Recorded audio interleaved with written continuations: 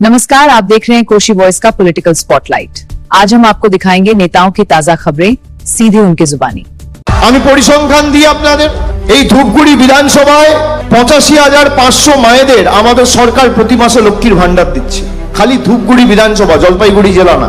2,77,073 জন স্বাস্থ্যসাথীতে ইতিমধ্যেই উপকৃত হয়েছে খালি ধূপগুড়ি বিধানসভা থেকে। খাদ্যসাথীর প্রকল্পে 2,67,933 জন বিনামূল্যে রেশন পাচ্ছেন প্রতি মাসে।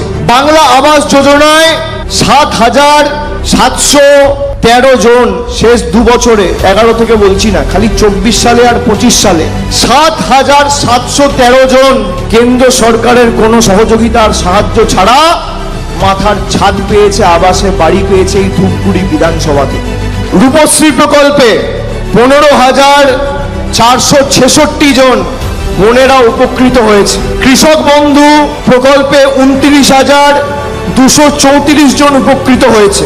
আর যুবসাথী যারা তৃণমূলকে গালমন্দ দিত, ব্যঙ্গ বিদ্রুপ করত, তারাও লাইনে দাঁড়িয়ে যুবসাথীর ফর্ম ফিল আপ করেছে। মমতা বন্দ্যোপাধ্যায় সরকার ঘোষণা করেছিল ফেব্রুয়ারি মাসের 5 তারিখ বাজেটে, আর মার্চের 5 তারিখের মধ্যে টাকা ঢুকে গেছে। খালি ধূপগুড়ি বিধানসভা থেকে 18,828 জন যুবসাথী প্রকল্পে মাসে 1,500 টাকা করে পাচ্ছে। धन्यवाद। आप देख रहे थे कोशी वॉइस, भारत की आवाज। ऐसी ही सच्ची और तेज खबरों के लिए हमारे चैनल को सब्सक्राइब करें और जुड़े रहें।